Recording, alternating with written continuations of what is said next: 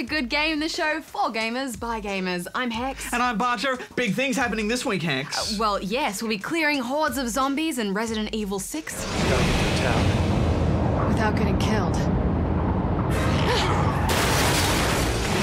Something even bigger than that, Hex. Okay, 8 years of dedication from fans and the Half-Life mod Black Mesa. That's pretty big.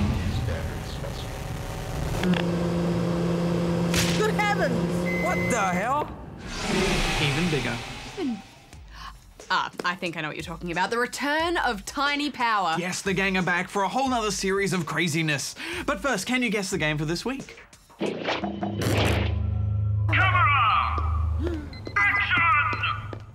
Hex, news is happening. Do your duty, sir. Good game. Veteran game designer Tetsuya Mitsuguchi has announced that he will be stepping away from games development. Mitsuguchi was involved in creating many classic titles including Rez, Space Channel 5, Lumines and Child of Eden. He will however continue to work at his studio Q Entertainment in an ambassadorial role and spend his extra free time focusing on his band, the Genki Rockets. When the time comes, show you what I see. The film rights to the post-apocalyptic book and shooter Metro 2033 have been picked up by producer Mark Johnson. Johnson has been responsible for producing a wide range of films and TV, including Breaking Bad, Galaxy Quest, and the Chronicles of Narnia films. And much more. Artist Ollie Moss, designer of the Resistance 3 box art and various pop culture-inspired artworks, caused a brief storm after pointing out that artwork included with Borderlands 2 had been plagiarized from his work. The image was clearly inspired by Moss's work, however, a specific lightning strike element was simply copied. Gearbox CEO Randy Pitchford quickly responded, stating that Moss had inspired them and inspiration is a part of art, but the bit that was lifted was uncool, adding there would be consequences and offered to work with Moss in the future. Talk to me, baby! I got jobs! Good game. Hex, I feel like everything I've learned about sport is from video games. Really? I never would have guessed. I'd probably never go see an actual sporting event live, but when it comes down to the annual showdown of the virtual football giants, I'm right there. Yes, it's FIFA versus Pro Evolution Soccer. Marcy! So many would take a touch and then...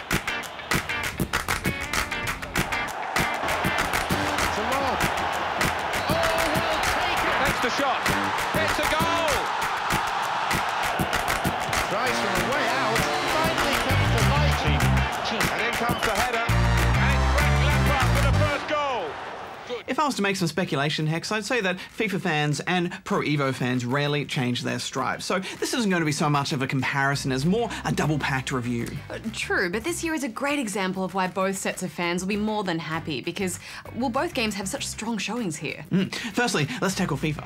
FIFA 12 took some big risks last year with its impact engine and tactical defending. You weren't much of a fan, were you, Badge? No, not really. I didn't think the tactical defending was that much fun, and also the impact engine just made everything go a bit derpy. Well, if you like a bit of breakdancing out on the pitch.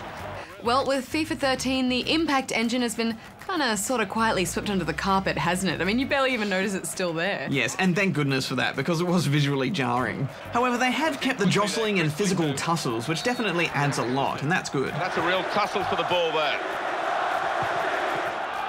Tactical defending, on the other hand, is still very much in the game, but it's undergone some tweaks, and I think it works now, Hex. I really like it. Yeah, EA Canada have definitely fine-tuned it. I mean, I always thought it made the defence, well, more tactical, but, I mean, now it just feels a whole lot more fluid, and neither of us felt like changing back to Legacy. And the shot's off. Off the pitch, it's bursting with modes and options and ways to play, and each with some form of online connectivity. It's just so slick. Sort out. Goal news from White Hart Lane. Alan McInally. It's a goal for Queen's Park Rangers. 79 minutes played. 1-0. Cheers, Alan. Yeah, and there's this persistent connection to what's happening in the real Premier League. The game today, Tottenham against Arsenal. Like being able to play the same matches that are happening that week with the same weather conditions and things like that. They've made improvements across the board. In the career mode and ultimate team with seasons, the new EA shop where you can spend in-game currency to buy celebrations and classic kits is a nice addition. And the addition of a skill mode is great. Yeah, I think it's my favourite thing in FIFA 13. These are really fun, lots of little mini challenges to test your skill. There are bronze, silver and gold levels, and then further challenges on top of that in everything from shooting and dribbling. to long passing and penalties. Yeah, I couldn't stop lobbing balls into buckets, and it's great that you can practice that stuff in the loading screens too. I've said this before, but I love a game that makes clever use of loading time. This year's FIFA also has Connect voice support, so you can yell instructions at your teammates. I don't know, what did you think of it, Badge? It works very slowly. it takes so long to recognize what you're saying. The moment's already passed. Yeah, it seems like a bit of a novelty addition, and when you're trying to make substitutions, it takes so long with your voice, when really you can just pause it and do it instantly with the press of a button. Well, regardless of that though, this is an amazingly feature-rich FIFA. I'm giving it 9.5. And the whole presentation is much nicer too, so I'm giving it 9.5 as well. Okay, now time for Pro Evo. Okay, so the last 2 or 3 Pro Evolution Soccers have been disappointments. Ever since the dawn of the HD generation, really, Konami have struggled to put a meaningful alternative to FIFA on the table. But this year, with Pro Evolution Soccer 2013, Barjo, I think they may have finally found their feet. And we're now underway. Yes, PES never fails to both delight and frustrate at the same time, but I think this is the most solid PES since it was king back in the PS2 days. The game just feels more fluid now on the pitch. It's a lot of fun caressing the ball around, with no bizarre AI behaviour, just smooth play. It's come through to him nicely. A shot. Keeper with the block. Pro Evo seems to focus more on individual players' traits, which gives it a real charm, I think. For example, Messi's dribble is super nimble, but those bigger players really seem to lumber. I think PES has better looking players actually, at least facially, they're just more accurate and realistic. Especially when compared to EA's players who look like they've been generated in The Sims. Yeah, it's a shame they just can't match FIFA's level of animation though. Pro Evo is still decidedly quirky in that respect. It still doesn't bother to really hone in on that Premier League style of presentation. Maybe because they can't get any of the club licenses. They still focus on more of the South American and European leagues, and they do that extremely well. And he has scored! But they have added some polish in other areas. It feels more cohesive the way you jump in and out of online play in all of the modes. And back to how it plays on the pitch, it's much harder to get a goal in PES, but with that comes a lot more satisfaction when you actually achieve and work a really good goal.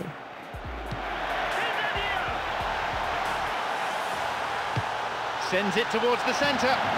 It's in! 2 goals, they're set fair. One simple new tweak they've added, the way you can manually trap the ball and control it under pressure, is an example of the kind of technical depth that PES prides itself on. Another is the ability to put more power into a knuckle shot with a double tap. Ready for a shot, and that is quite glorious.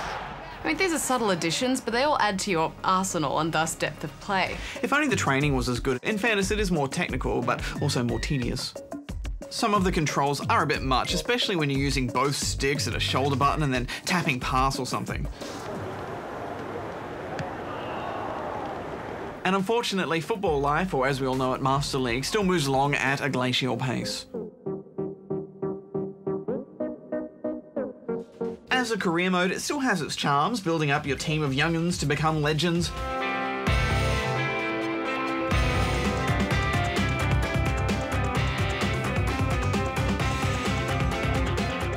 But it's just such slow progress from week to week. Man, it's still so old school. I just wish next time they'd completely overhaul the whole game. You know, you can't beat FIFA for its sheer wealth of content and gloss, but I think PES fans will be really happy with this edition, so I'm giving it 8.5 out of 10 rubber chickens. I'm giving it 8.5 as well. Now, next up, Tiny Power returns. Yes! Hello, Internet. Welcome to our crowdfunding campaign. We can't decide whose game idea to make, so we've decided to each pitch an idea and you to vote for your favourite. My game's an FPS called She's Commando. You play Lieutenant Renee Palm, a sexy... Mine's a dungeon crawler called A Bosom of Evil. Mine's a sci-fi RTS called Gundam Lady Spunk. If you can get me to Bravos, I'll hire an army of sellswords. I should warn you, Gilius has drunk so much he thinks he's Tyrion Lannister. I'm not really a game designer, but I guess I'm interested in using them as a vehicle for emotional exploration. I see games as an art form capable of provoking a range of feelings like no other medium can. So pick whichever game you want and we'll make it. But don't pick Megan's because it sounds a bit... Hey! Good game. Oh, oh, it's good to have them back.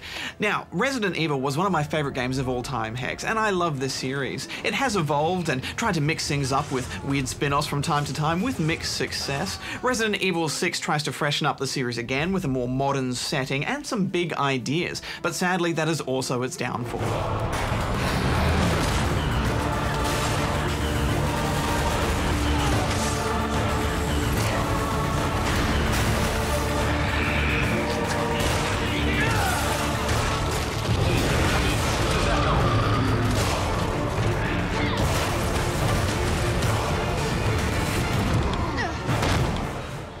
We should ask for more money.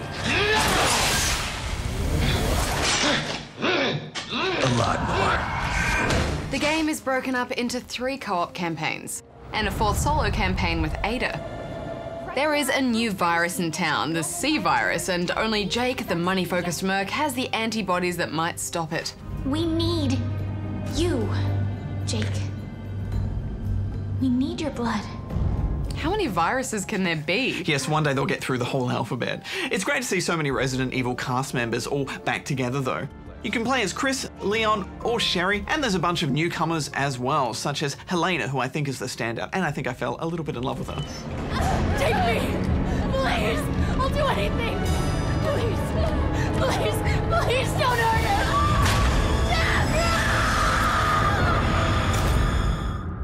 I didn't know what else to do. They're surprisingly lengthy campaigns too. Leon's alone is 6 or 7 hours, so we haven't quite finished them all yet. You're almost there! Keep running! The interesting thing is these storylines all intersect with each other, and from what we can gather, when you take this online, these will actually be 4-player co-op sections. What a great idea. And also, similar to Dark Souls really, there's an agent hunt mode where you can apparently invade someone else's game and try to take them down. I think it's great that we're seeing developers experimenting with multiplayer ideas like this, and I really hope it works out. Absolutely, and the campaign has some really cool moments too. But at the same time, there are also some very frustrating and weak sections, which isn't helped by an inelegant checkpoint system. The biggest change is that Resident Evil is no longer a tense survival horror game. They've taken the action horror hybrid model that worked really well in 4 and 5 and just completely focused on the action.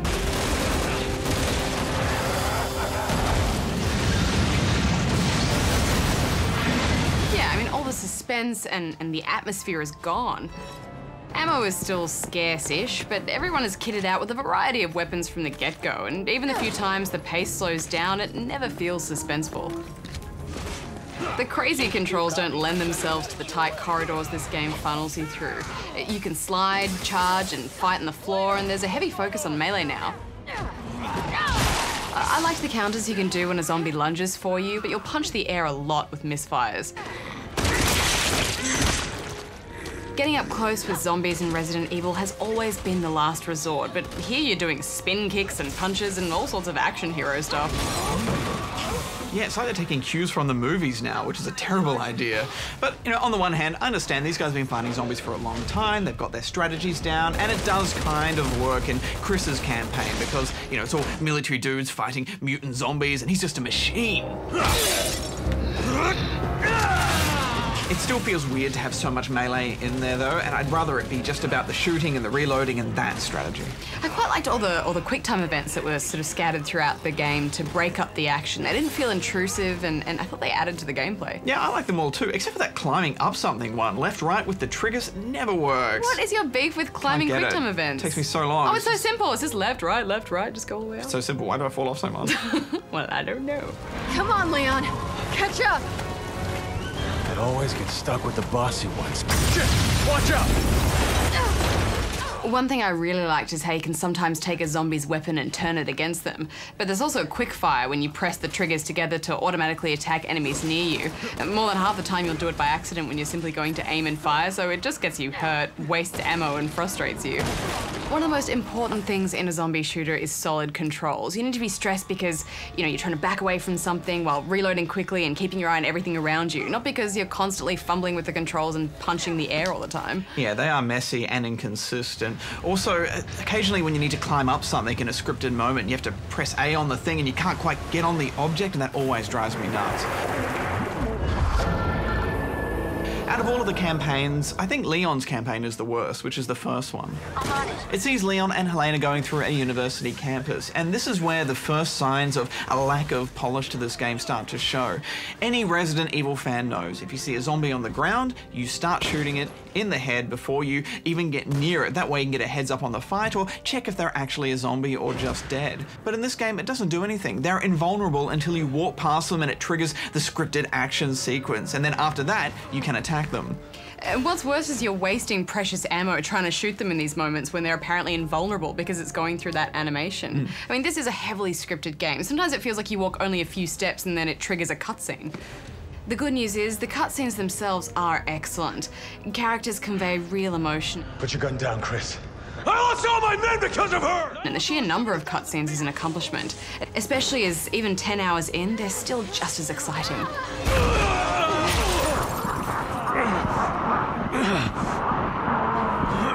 Yeah, and as much as I hate Leon and his stupid hair and bangs, there are some beautiful moments between him and Helena. I'm fine.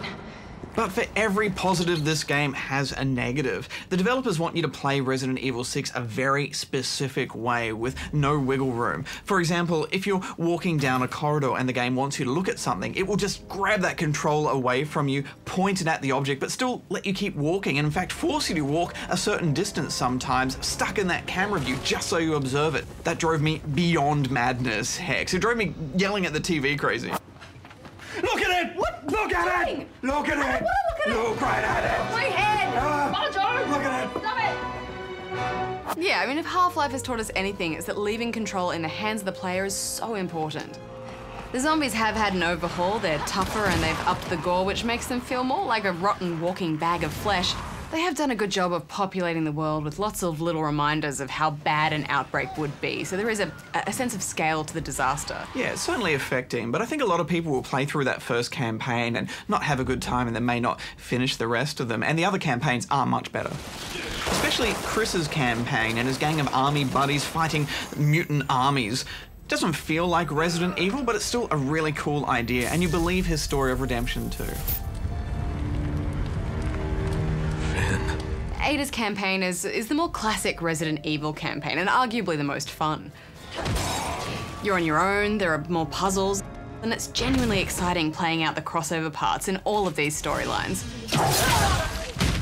It was good to find some slightly more interesting puzzling here, because the co-op puzzles are so simple. So simple, in fact, even a zombie could work it out.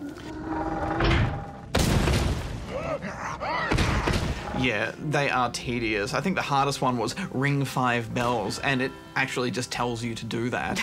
Plus, I could totally fit my hands through these bars and just grab the thing I need anyway. I don't mind that video game stuff so much, such as finding ammo in barrels or even a watermelon in Resident Evil 5. Who hides ammo in a watermelon? That's a good place to hide one. You wouldn't expect to find one in there, so, you know, it's hiding it from the opposition. Just cut this watermelon, put some ammo in it, save that for later, put it back together, perfectly, put it in a fruit stall in the middle of nowhere, bam. Smart. Yeah. Preparing for the outbreak. Also, I am starting to tire a little bit of the idea that so much of this world is designed for only 2 people to activate. Only 2 people can open this door. It just doesn't make sense in my brain. There is a great variety of enemies that you fight, though, all with unique strategies, and most of the boss fights are actually pretty good. The zombie ragdoll, though, isn't that great. They tend to flip out a bit. The physics is a bit wonky-donkey. I feel like a lot of these issues could be forgiven if the game just looked a bit better, but the whole thing is so dark and the recommended brightness setting is crazy low, and then if you try and push the brightness up, everything just looks really grey and just accentuates the bland textures. Yeah, it's not a beautiful looking game, and I think back to Resident Evil 5 and how interesting that setting actually was, and I think they've had to make some concessions visually because they have made it bigger with a lot more going on, but I don't think that was worth it.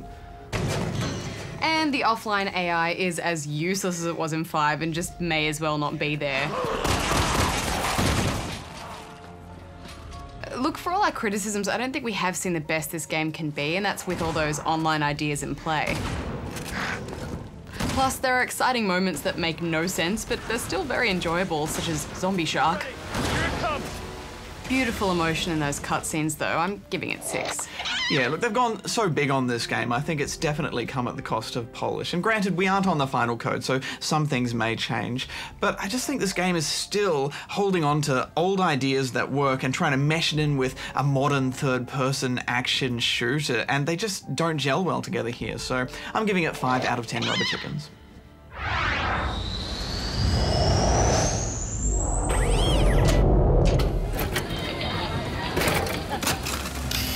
In '94, gamers first felt the need for speed blazing across the countryside in this breakout hit. After spinning onto PlayStation, a lack of fine-tuning under the hood made this sequel a miss. Beefing up the police presence put the franchise back on track.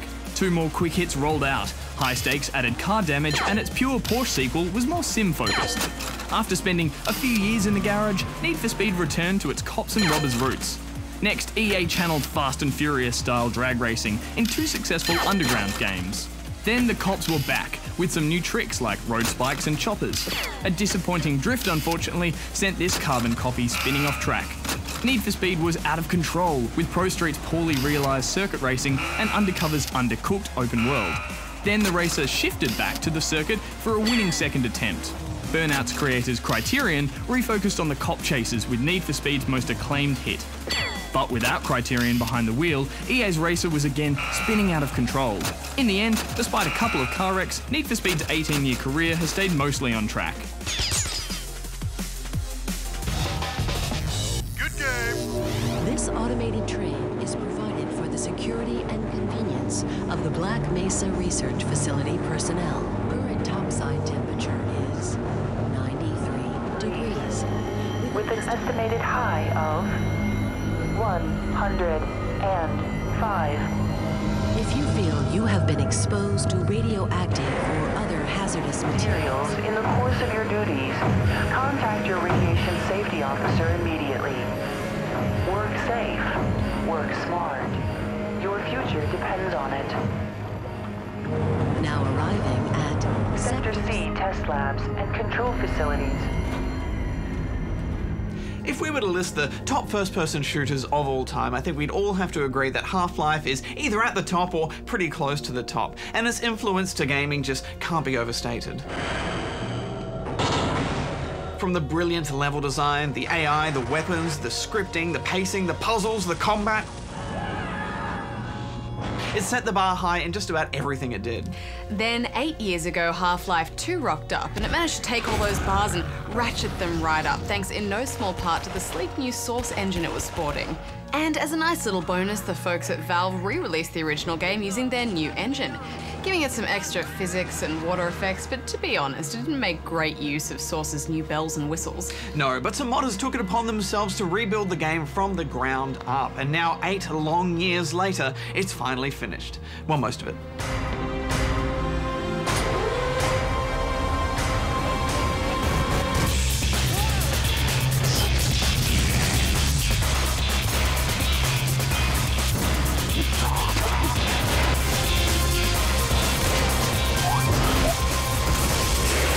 Yes, Black Mesa is finally here. It's a project that a lot of people have been waiting for, and when you consider what's been accomplished here, I mean, we really have to tip our hats to these developers.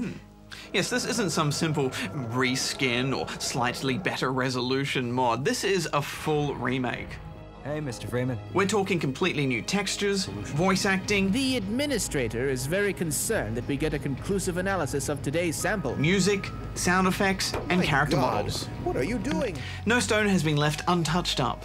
Now, we do have a tendency to look back on certain games with rose-tinted glasses, and when you consider that this is a game that was released essentially 14 years ago, it does beg the question, does it live up to our lofty expectations by today's standards? My glasses are so tinted with this game, Hex, I can't even see straight. And it's Half-Life, and replaying this game, it just reminded me how important Half-Life was and just how brilliant it is. They're waiting for you, Gordon, in the test chamber.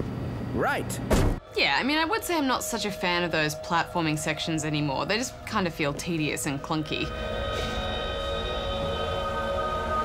But you know what, those moments are few and far between, and I still love the mood and the pacing of it all.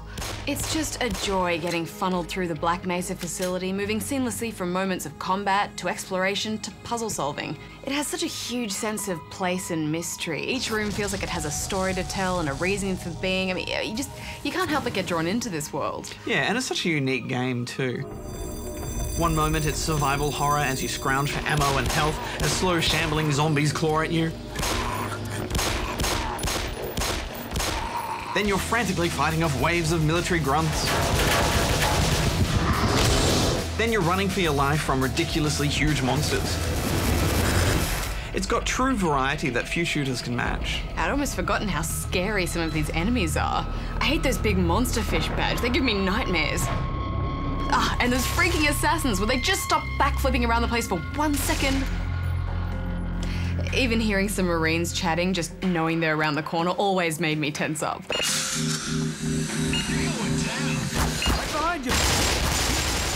Yeah, and you know, the Source engine isn't really cutting-edge technology anymore, but when you see it side by side, the old with the new, it is definitely a visual step up, and it's still impressive.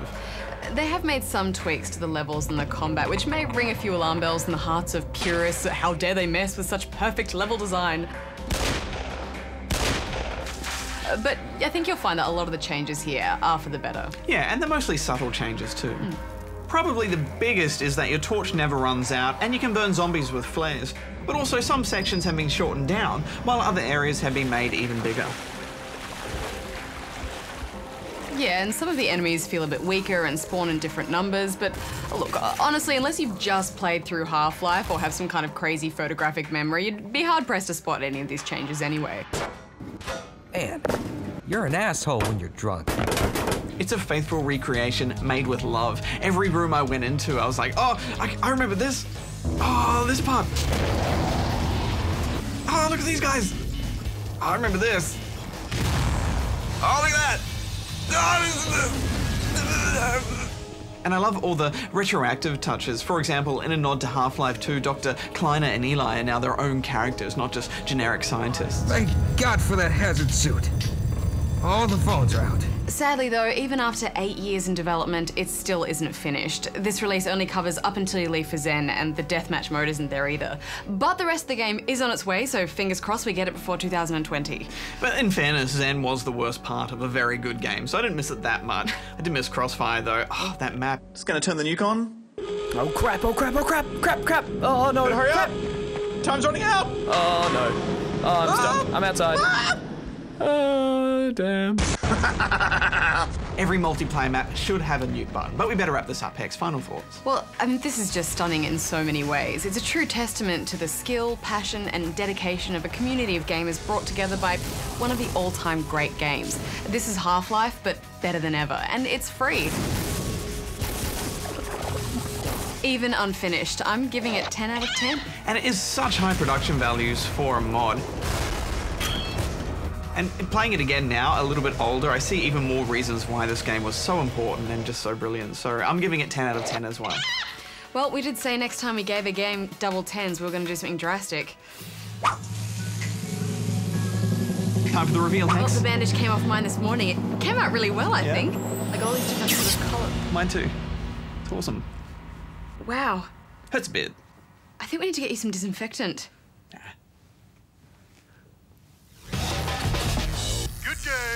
So did you guess the game for this week? Did you? It was Bloody Good Time, a 2010 FPS from Outer Light, the team who brought us The Ship. Taking place on a Hollywood set, the game uses the Source engine, just like Black Mesa. Next week, it's time to return to Azeroth, this time with pandas.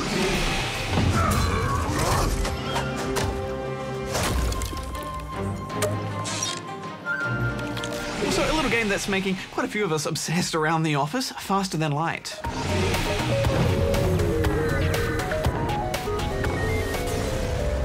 And speaking of pirates, Hex, because the game has space pirates, this week over on ABC3 on Spawn Point, X marks the spot as we dedicate a whole episode to your pirates. Yes, if you're a fan of the global anime sensation One Piece, we'll be taking a look at One Piece Pirate Warriors. Yar! Thanks for tweeting along, tweeters. Until next week, Barjo out. Hex out. Yar! Did you know pirates actually didn't speak like that? I did, because every time we mention pirates, you tell me that like- little fact. I feel like the world is living a lie. Can't you just let it go? The world is living a lie, There's a and I day will not stand for dedicated it. to talking I will like not stand pirates. for it. Whoa!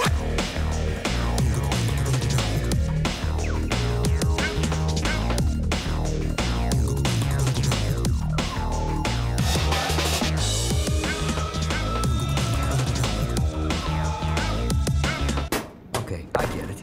You hit me, I hit you, then you get a morphine injection. Oh yeah, that's fair. Good